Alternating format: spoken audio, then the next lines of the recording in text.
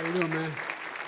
Who can forget that contentious first debate? Would you shut up, man? That was a disaster. On Thursday, the candidates meet for the second and final debate. This time, when it's not the candidate's turn to respond to a question, his microphone will be muted. Both mics will be on for the freewheeling discussions that follow. I think that's a very good idea. The debate takes place here in Nashville, Tennessee, a Democratic city in a state that's overwhelmingly Republican. Nashville is a country music mecca, but now suffering from COVID restrictions. Music industry expert Eric Holt. There hasn't been consistent live shows since March. You know, within the industry, the whole idea of most live venues is capacity, right?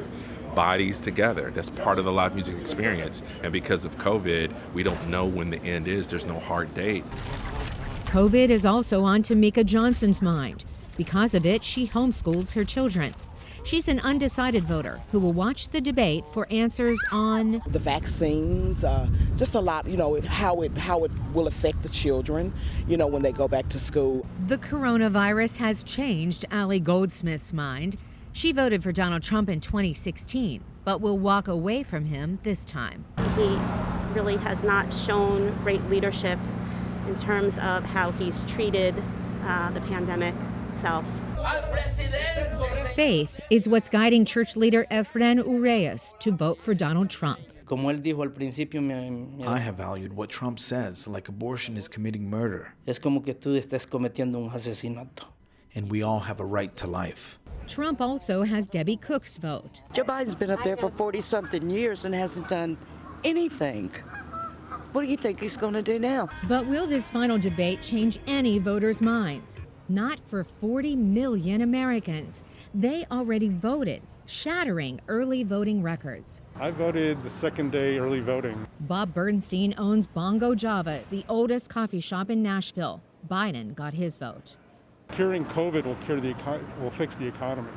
The economy is not going to fix COVID. Both candidates will be wise to maintain composure, says Rice University political scientist Mark Jones. He says Biden needs to stay in the moment and give focused answers. His advice for Trump? Give Biden a little more rope, interrupt him on the softball questions, but on the difficult questions, let him speak, because your only hope is that he says something during that time period that really comes back to haunt him. Biden's poll numbers improved after the first debate. Trump hopes the reverse happens after Thursday's encounter. Carolyn Presutti, VOA News, Nashville, Tennessee.